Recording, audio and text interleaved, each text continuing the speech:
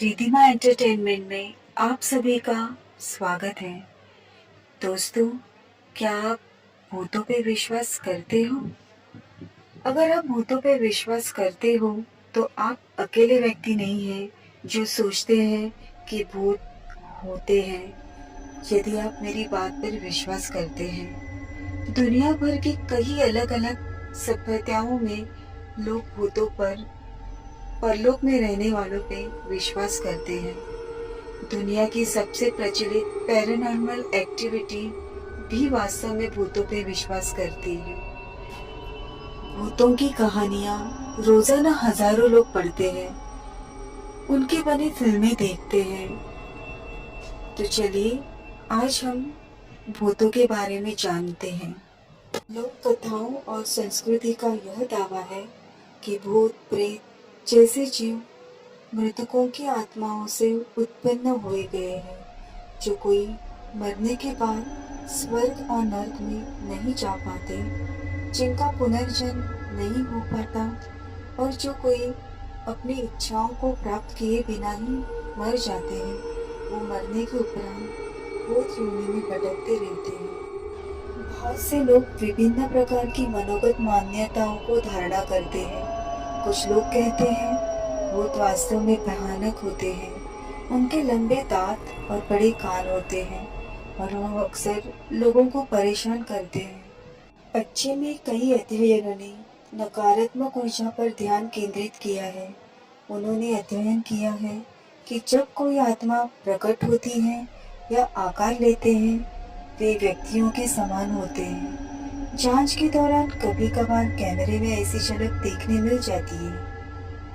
ऐसी घटनाएं कभी कभी हजारों संख्या में हो सकती है। नकारात्मक ऊर्जा के कारण किसी को चोट लगने का भय रहता है। यदि आप किसी बुरी ऊर्जा को अपने आसपास महसूस करते हो, तो अपने आसपास सकारात्मक ऊर्जा को बढ़ावा देने का प्रयास करें।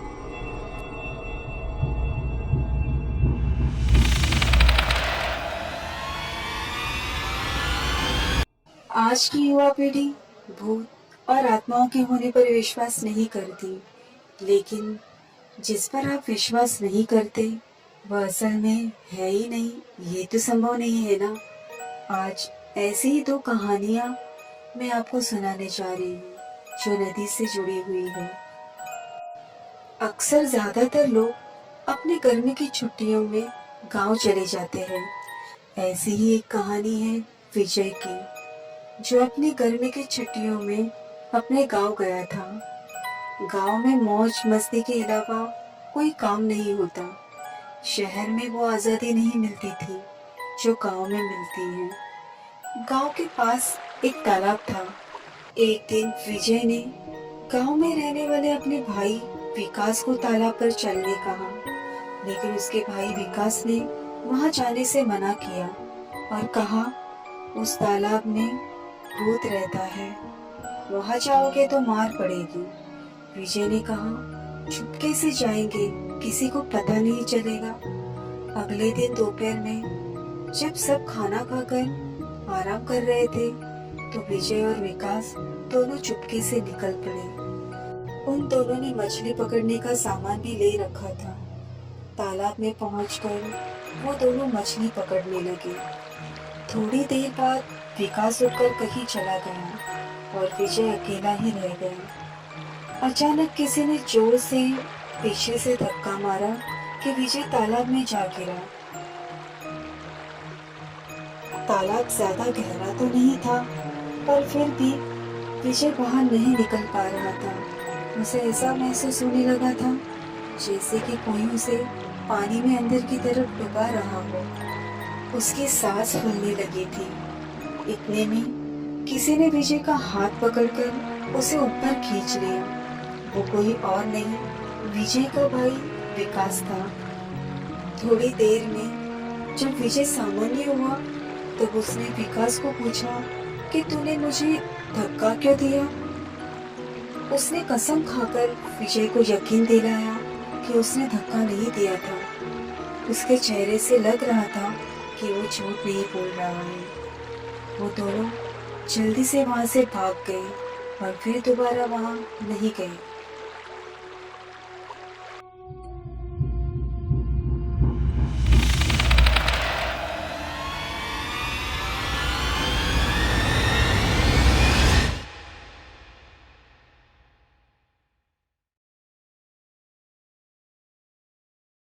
आज मैं आपके लिए एक कहानी लेकर आई हूँ जो कोकण की एक नदी के बारे में है, जहाँ लोग रहस्यमय तरीके से मर जाते हैं। मैंने उस नदी के बारे में बहुत सी कहानियां सुनी हैं, जिनमें से एक कहानी मेरे भाई के साथ घटित हुई है। आज मैं आपको बताने जा रही हूँ कि मेरे भाई के साथ उस नदी के पास ऐसा क्या हुआ था। तो आइए देखते हैं। हमने अभी अभी अपनी 12वीं की परीक्षाएं खत्म की थी, इसलिए हम सभी भाई बहन अपने चाचा के साथ मुंबई से कोकण में अपने गांव के लिए रवाना हो गए। हम सब हर साल हमारी गर्मी की छुट्टियों में गांव जाया करते थे। गांव पहुंचकर हमने मामा के घर थोड़ा आराम किया। फिर हमने तय किया कि हम आज गांव के नदी के पास जाएंगे। हमने चाचा से उस नदी के बारे में पूछा, पर मामा ने कहा कि हमें वहां नहीं जाना चाहिए, क्योंकि अभी तीसरा साल चल रहा है और वहां नदी 3 साल के बाद किसी न किसी की तो बलि लेती है। वहां जाना खतरे से खाली नहीं है। मामा ने ये भी कहा 2 साल पहले उस नदी में एक की बहुत ही रहस्यमय तरीके से मौत हो गई है और ये तीसरा साल चल रहा है। मामा की नई नई शादी हुई थी और मामी को वहाँ के गांव के बारे में ज्यादा कुछ जानकारी नहीं थी। अगले सुबह मामा ऑफिस के लिए निकले और जाते जाते ये बता कर गए कि उन्हें शाम को घर आने में देरी हो सकती है। हम मामी के साथ घर पर अकेले थे और हम अपने छोटे भाई के साथ मस्ती कर रहे थे, लेकिन मस्ती और मजाक इतना बढ़ गया था कि भाई को गुस्सा आ गया और वो गुस्से में घर से बाहर चला गया। हमें लगा कि वो हमसे थोड़ा नाराज है। जब उसका गुस्सा शांत हो जाएगा तब वो घर वापस आ जाएगा, लेकिन वो घर वापस नहीं आया और हम सबको उसकी चिंता होने लगी। जल्दी ही 11 बज गए पर अब हमें भाई की ज्यादा चिंता हो रही थी और अब तो मामा भी काम से घर वापस आ गए थे। हमें कुछ ज्यादा ही चिंता हो रही थी क्योंकि वो रात बहुत ही डरावनी सी लग रही थी। थोड़ी ही देर में हमने देखा कि भाई घर की तरफ लौट रहा है और हम सब उसे घर वापस देखकर बहुत ही खुश हुए।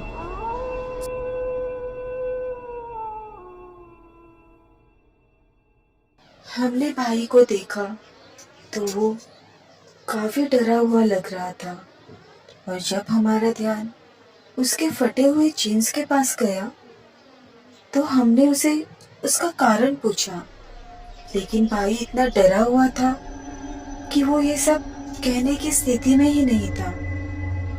उसे तेज बुखार था, इसलिए हमने उसे दवाई देकर आराम करने कहा। उसने थोड़ा आराम किया और अगले दिन सुबह उसने हमें उसके साथ क्या हुआ था ये सारी कहानी बताने लगा। उसने बताया कि वो जंगल के रास्ते से चल रहा था। कुछ ही दूरी पर उसे वो नदी दिखाई दी। उस नदी को देखने पर उसे मामा ने सुबह कही हुई सारी बातें याद आ गई। मामा ने उस नदी पर जाने से मना किया था। उसने अपना कुछ समय नदी के पास बैठकर बिताने का सोचा। अब उसका गुस्सा थोड़ा शांत हो चुका था। धीरे धीरे अब अंधेरा पड़ने लगा था।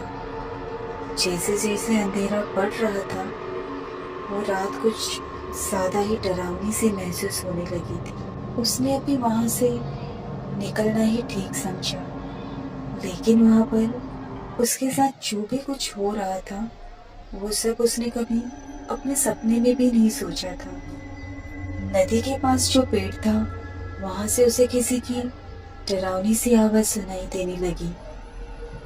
वो आवाज इतनी डरावनी थी कि उसके रोंगटे खड़े हो गए। उसने देखा नदी के पास के उस पेड़ पर दो खून भरी आंखें चमक रही थी। ये सब देखकर उसने वहां से भागने की कोशिश की, लेकिन पता नहीं अचानक वहां पर कहीं से तो एक कुत्ता आया जिसने उसके पैर अपने दांतों से कसकर पकड़े। वो उस जगह से हिल भी नहीं पा रहा था। पेड़ पर की आंखें उसी को ही घूर रही थी। अब धीरे धीरे उस आंखों पर चेहरा उभरने लगा और फिर पूरा शरीर हवा में तैरता हुआ दिखाई देने लगा। ये सब देखकर भाई बहुत डर गया। वो कुछ समझ ही नहीं पा रहा था कि ये सब क्या हो रहा है। उस लटकती हुई आत्मा ने उसे पूछा, इतनी रात को तुम इस नदी के पास क्या कर रहे हो? क्या तुम्हें इस नदी की कहानी पता नहीं है? इस नदी पर इतनी रात को कोई नहीं आता है। तुम्हें देखकर तो तुम इस गांव के भी नहीं लगते हो। अगर तुम इस गांव के होते तो मैं तुम्हें कभी भी नहीं छोड़ती। भाई ने हिम्मत करके उस आत्मा से उसके भटकने का कारण पूछा। तब उस आत्मा ने उसे अपनी कहानी बताई। उसने बताया कि वो एक विधवा थी और उसकी आर्थिक स्थिति कुछ अच्छी नहीं थी, इसलिए वो लोगों के घर काम किया करती थी। उसे एक लड़की भी थी और वो अपने बेटे को पढ़ा लिखा कर अपने पैरों पर खड़ा करना चाहती थी, इसलिए वो लोगों के घर पे घर का काम किया करती थी और अपने बेटे की देखभाल किया करती थी। लेकिन वो जिस घर में काम किया करती थी उस घर की मालकिन बहुत ही बुरी स्वभाव की थी। एक दिन उसकी मालकिन का गहनों का डिब्बा चोरी हो गया और उसने उसका सारा इल्जाम नौकरानी पर डाल दिया। मालिक और मालकिन दोनों ने उसे बहुत मारपीट की और उसे पूरे गांव में बदनाम कर दिया। धीरे धीरे करके सारे गांव वालों ने उसको काम से निकाल दिया। उस पर झूठे आरोप लगाए कि वो चोरी और काला जादू करती है। ऐसा कहकर सारे गांव वालों ने उसे पानी में डुबोकर मार डाला।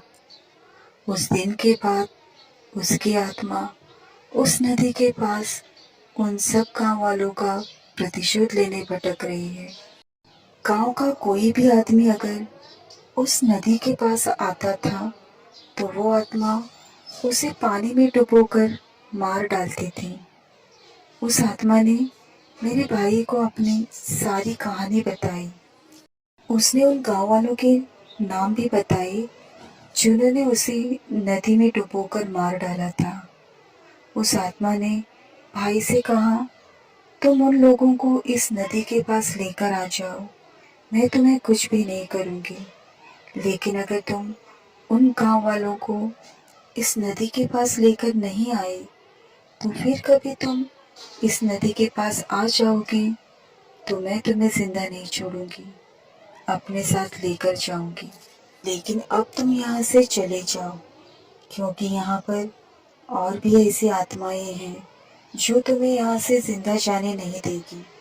और ऐसा कहते ही जो उस कुत्ते ने मेरे भाई के पैर दांतों से पकड़कर रखा था वो छोड़ दिया और वो कुत्ता कहीं ओझल हो गया और तभी उसके पैरों के पास की वो जीन्स फट गई थी।